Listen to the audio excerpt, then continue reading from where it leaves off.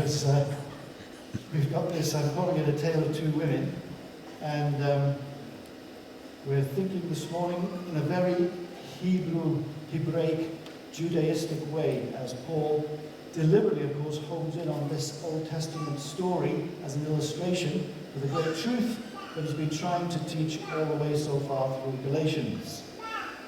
Really, this story is a turning point in his argument because up to now, of course, let me remind you, Paul's been very concerned to put the Galatian believers right regarding their theology, their teaching, what they believe about Jesus and the gospel. They've started well after he preached the gospel to them, believing the good news that they're saved through grace alone by putting their faith in Jesus Christ, but now they're in danger of going wrong.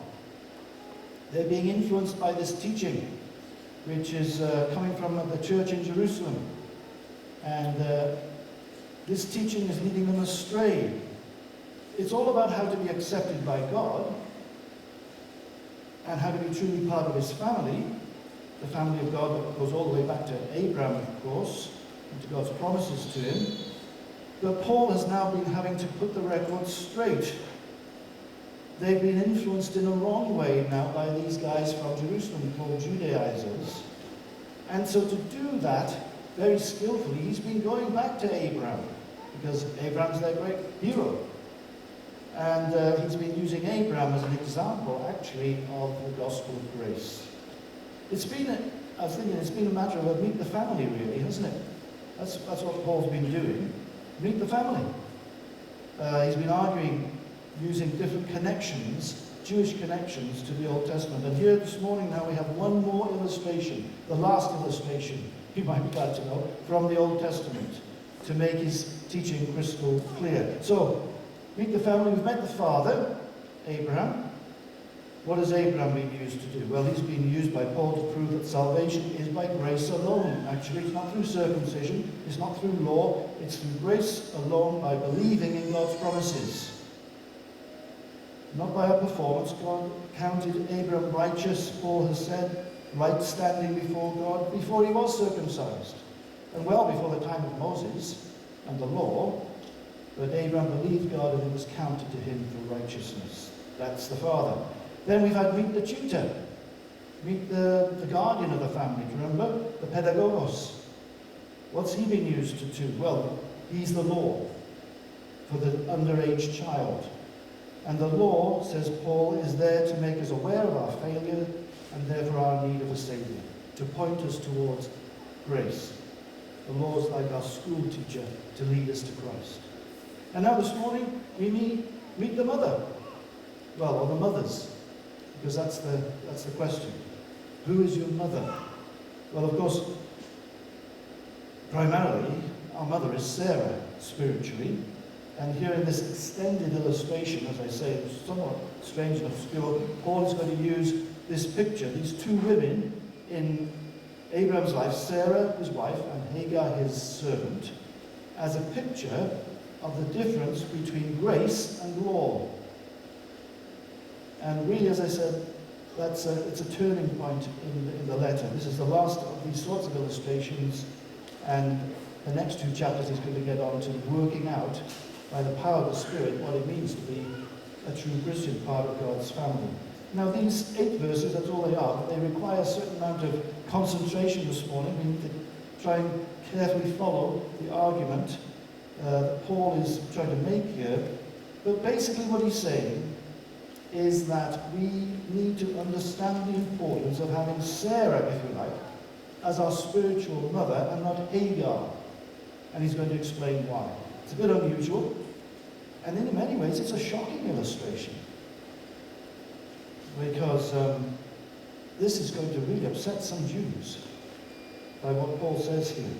And of course he's thinking particularly of these Judaizers, the Jews who come from Jerusalem. I think the best way to tackle this morning, very simply, is just 2 things. Let's remind ourselves of the story of the 2 women. And then when we know the story, maybe we can understand the lessons that we need to learn. You know the story anyway. Abraham was a prosperous pagan. He was living in Ur of the Chaldees. God called him to leave Ur of the Chaldees, to take his family, to leave that land, to go to a land, he said, that I will show you, a land of promise. And God also promised to give him descendants, and he would become a great nation. Genesis 2 is the promise. I will make you a great nation, and I will bless you, and I will make your name great, and you shall be a blessing. Great. All well and good, except that Abraham was 75, and Sarah was 65, and they had no children. Well, they obeyed, and in the course of time they arrived in Canaan, the land that God had promised them. And then in Canaan, God repeated that promise in the next chapter in Genesis 13. But 10 years passed, and still no children, still no son, nobody. Well, you know, the biological clock is ticking. In fact, it's ticked, whatever it is. And so Sarah suggests that Abraham should do it by a culturally accepted way in those days, by sort of marrying Hagar, her Egyptian maidservant, to have a child by her. Because she's thinking, well, I'm 75 years old, for goodness sake. There's no way I can have a baby. So she and Abraham decided to take matters into their own hands to help God out. To do it their way. But of course, God doesn't need our help. And whenever we try to help God out and do it our way, instead of trusting his way, things get worse, not better. Anyway, Genesis 16:2, Abraham listened to the voice of Sarah. Hagar became pregnant. She had a son named Ishmael. That's what happened. But Genesis 16 tells us that there was then animosity, there was bad feeling between Sarah and Hagar. Well, you know, I think that figures, doesn't it? I mean, you've got two women sharing one man. I don't think it'd be any better the other way around, but anyway, either way, it's not God's pattern for marriage or family life. It's one man, one woman for life, ideally. So this is never going to work out. And there's animosity, there's bad feeling. 14 years pass, okay, after the birth of Ishmael. And now, Abraham's 99. Sarah's 89. The Bible tells us their bodies were as good as dead. That's not very complimentary, but anyway, we know what they mean. There seems to be no chance now, none whatsoever, that they will ever have a child together. Of course not. Now it's going to take a miracle. Exactly. That's precisely the point. God appeared to Abraham once more, Genesis 17, and he says, actually, as for Sarah, your wife, I will bless her. And indeed, I will give you a son by her, and she shall be the mother of nations. Kings of people shall come from her. And when he hears this, Abraham laughs. He says in his heart, will a child be born to a man 100 years old, and will Sarah, who's 90 years old, bear a child? And she laughed as well. It's just impossible. Well, God does the impossible. God revived miraculously the bodies of Abraham and Sarah particularly, and 12 months later Isaac was born, like a miracle child. The name Isaac means laughter. It is a laugh. It's a joke, isn't it? It's amazing. Abraham 100, Sarah 90. Doesn't end there, of course, the story. Ishmael, the older, much older teenager, now the child of the slave woman, begins to mock and persecute little Isaac, the child of the free woman. So much so that they can't live together any longer. And Ishmael and Hagar have to leave. Paul quotes from the Old Testament. It sounds very harsh. Verse 29, at that time, the son born according to the flesh, Ishmael, persecuted the son born by the power of the Spirit, the miraculous child. What does the scripture say? Get rid of the slave woman and her son, for the slave woman's son will never share in the inheritance with the free woman's son. Now that's briefly the story. As I said, it's a bit unusual. It's not exactly accessible for us in our cultures. But it's a story that Paul deliberately uses for his situation, for his context. You can see what he's doing here, can't you? The skill of his argument. Why is he using these Abraham, Sarah, Hagar? Well, because he's talking particularly to these Judaizers, of course, but to the Jews. The Jews revered Abraham as their father. As far as they were concerned, if you had any physical connection, descent from Abraham, then you were in good standing with God. We are Abraham's children, they told Jesus. You have not been enslaved to anybody. You're free.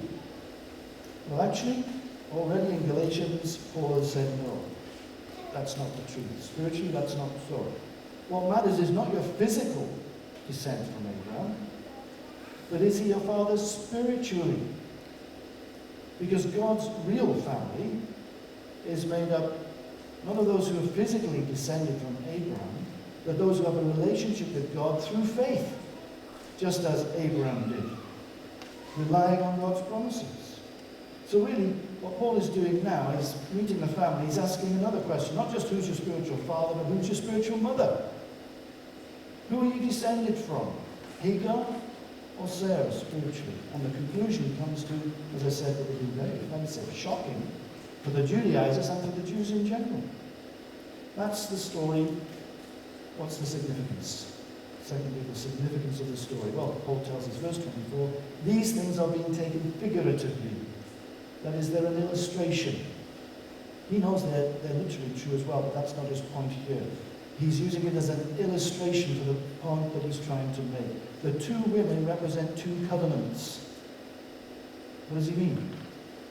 Well, basically saying there are two ways we can relate to God. And Paul's been telling us all about these two ways already in Galatians, isn't he? The one way, as we've seen, is Jesus plus nothing. Jesus plus nothing else. That's grace.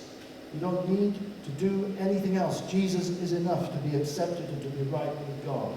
The other way is Jesus plus other things.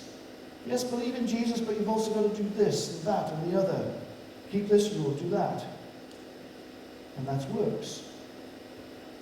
And so in this passage he's telling us that these two ways can be understood through this tale of two women and their two sons, Ishmael and Isaac. It can be illustrated. The birth of these two sons shows us the two ways, if you like, to relate to God. What happens depending on which way you belong to, which way you choose.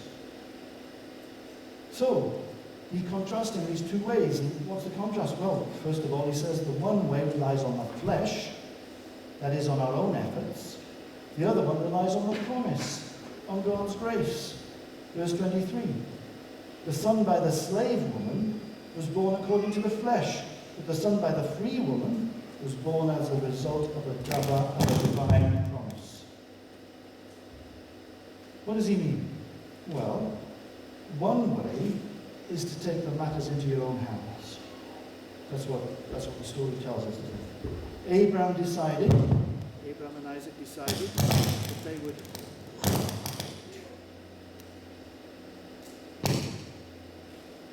gremlins on the line.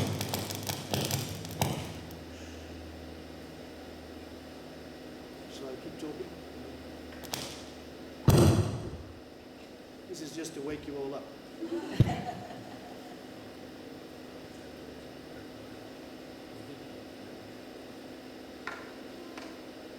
Okay. Yeah. Good. Thank you. Thanks to the Lord.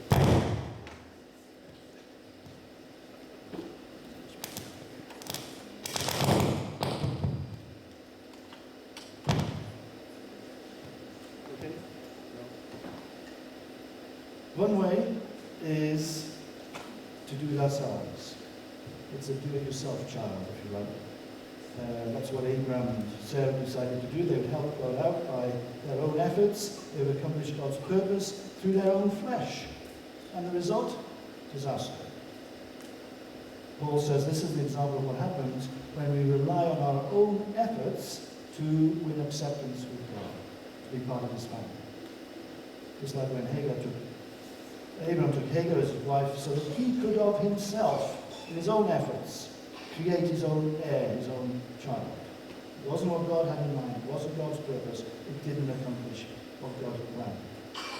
On the other hand, Isaac represents the other way to relate to God.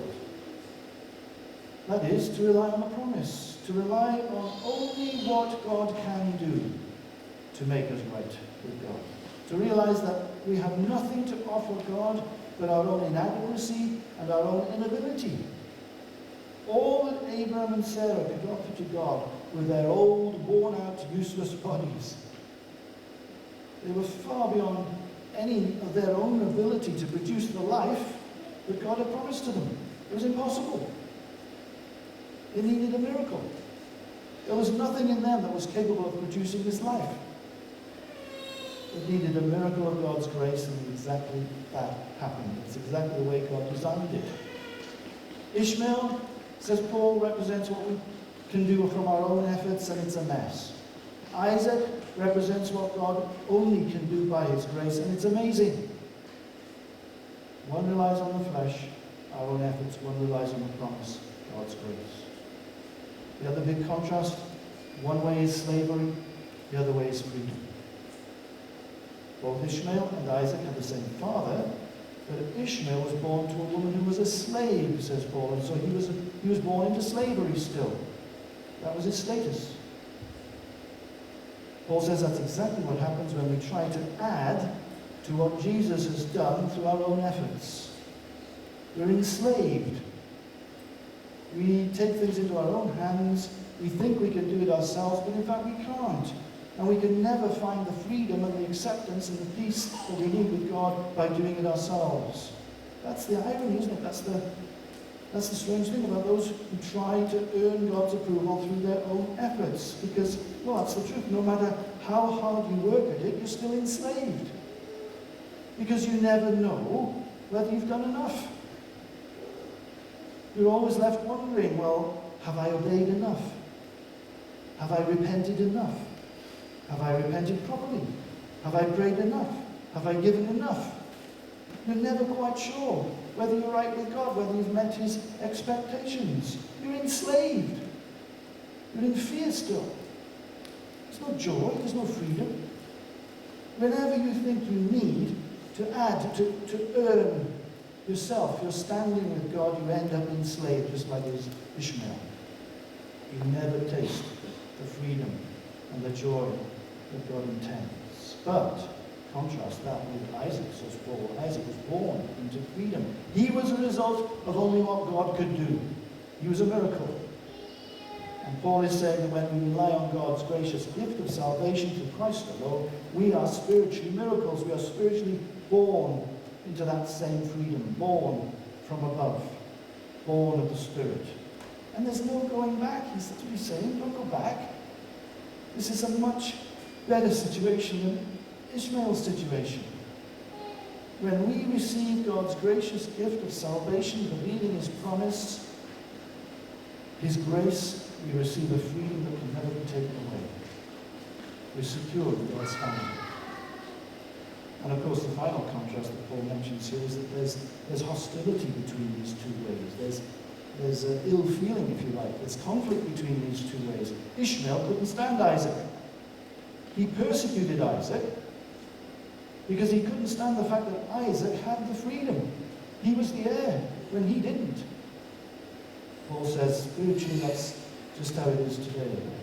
People who are trying to earn God's approval through their own efforts, actually, you talk to them, and they don't understand, and many of them, they can't stand all this talk about grace. It makes them very angry. And that's what's happening with the Galatians, and it happens today. It's the same today, says Paul. Especially religious people, that's what you find. Religious people get very outraged with this idea of grace, and that they can't do anything. They can't contribute anything. It makes people angry, I think, because it humbles us, doesn't it? We can't do anything. We have to rely entirely, humbly on God's grace, confessing that we are useless. We are failures. Grace challenges our pride. And the people who want to work for their salvation, they don't like it. They have this thing about relying only on Christ and nothing else. And then just to make it crystal clear that these two ways can't live together, well, listen to what he says. This is staggering, right? Don't sort of get this until you follow his argument. But he says, now Hagar stands for Mount Sinai. What's Mount Sinai? Well, the giving of the law. And corresponds to the present city of Jerusalem. Because she is in slavery still with her children. But the Jerusalem that is above is free. And that city, she is our mother. Sarah, right? Now why is that such an awful, staggering thing to say? Well, He's talking, of course, he's aiming it at the Judaizers, but these Judaizers, they would have been appalled to hear Paul say that the earthly Jerusalem, where they've come from this church in Jerusalem, Jerusalem in the first century, which was the world headquarters of Judaism with all its pride in Moses and the law and the temple and so on, that corresponds to Hagar and is actually a place of enslavement. I mean, that's just turning it all upside down. Maybe it's helpful to see it in terms of a diagram, so I hope this will help. This is, in summary, this is what Paul is saying. Here are two women, two mothers, here are their children. On the one side, there's Hagar. She is a slave. And so she gives birth to a slave, Ishmael. Because he is born of the flesh. He's born naturally, without any help, as you like, or any intervention from God. And so all her children are like that, children of slavery, because we're all born of the flesh. And those who are slaves, born of the flesh, we're condemned by the law. If we try to do it ourselves, we're condemned by the law. And there's the law, of course, the center of that law is earthly Jerusalem, like the Judaizers, who are still trying to earn their salvation by works. But such a way is impossible, so it must be rejected. It must be cast out. That's the one side. On the other side, there's Sarah. She's the free woman. She gives birth to Isaac, who was born as a result of the promise of God, supernaturally, with God's intervention, God's initiative.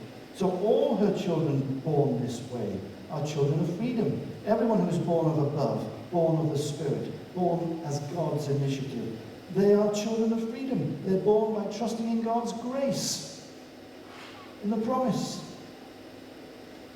And the origin of that grace is heaven, Jerusalem from above. And it's attained only by faith, believing in Jesus.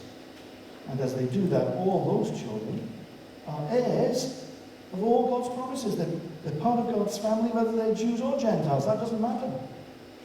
We are one in Christ Jesus. There's the two contrasting lines, if you like, family lines.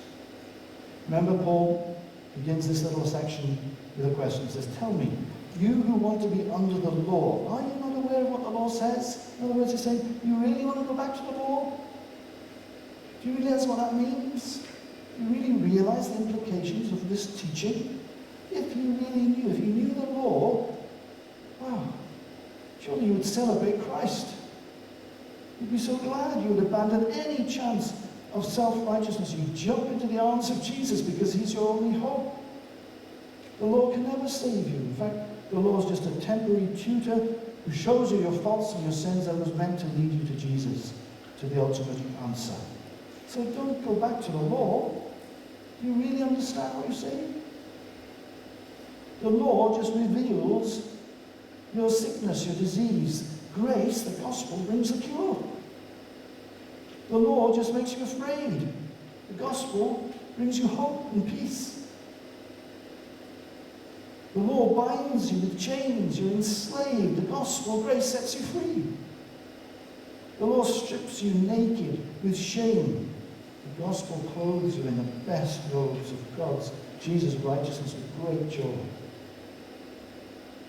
The law says you must die. The gospel says Jesus has died for you.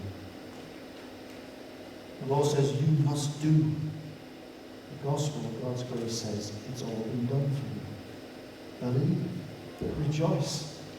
Live in that freedom. So, which is your family line? Who's your mother?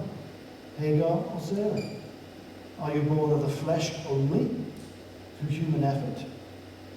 Or else are you also born of the Spirit, born from above, born supernaturally? And therefore, a child of Abraham, along with any Jew or Gentile born in the same way spiritually, believing in God's promise. Do you still think that there is some way you can help God by doing the things that you do so that you're accepted by him? If you think you can somehow be good enough to merit your forgiveness or your salvation, if you think that salvation is partly what God does and then partly what you do, Paul says you're still enslaved. You're a child of slavery. You're still in chains because you never know if you've done enough. And actually, that law will just condemn you. You see, the sons of Hagar, spiritually, they trust in themselves, in the flesh. But the spiritual sons of Sarah trust in God alone for their salvation. So who's your mother? That's what he's asking. Make sure you know the answer to that question. Which family line do you belong to? Because it's the difference between life and death, as well as joy and peace and so on. And if, like the Galatians, you have trusted in Jesus and in his death for your sins and in his resurrection for your new life and in his grace alone for your salvation, then, says Paul, don't go back. Live in the glorious freedom of the children of God. Don't go back to a sort of hybrid type of faith, a mix, a faith which mixes grace and law-keeping to gain your acceptance with the Father. No. You are already and you are always accepted if you are in Christ by his grace. So now use that freedom to live a life that is spirit-driven and glorifying to God, and that's what he's going to go on to in these next 2 chapters. Now, I don't suppose we are tempted to go back to being circumcised and keep some of the feasts and things of Moses, but the principles, the deep truths are exactly the same for us. We can fall into this mentality of thinking that, it really is up to me. I guess I believe in Jesus. I'm glad he died on the cross. I'm forgiven my sins, but then I must do this. I must keep that. I must do the other. No. By grace alone, through faith in Jesus Christ alone, to be accepted into God's family. And I suppose like these Galatians, they're being influenced by this teaching that turns them away from grace, that destroys their peace. Well, we must not be influenced by any wind of doctrine or teaching that turns us away from the completion and the wonderful work of Jesus on the cross so that we can be accepted. Because anything else will result in our enslavement, in our loss of our joy and of our peace and of our motivation and the sense of God's presence. No, says Paul, you're already free. Stand in that liberty and use that liberty to glorify God and to enjoy him forever. Because this is from above and everything else is from below. We're going to sing a new song now. Well, I don't know if it's not new. Some of you will know it, but it just directs our thoughts again to above, to Jerusalem, if you like, to the city of God, of which we are members, we are citizens. And so we'll sing that, and then we'll sing our closing song as well. Is that right, Christian? Have I got the right order? You think so? Good.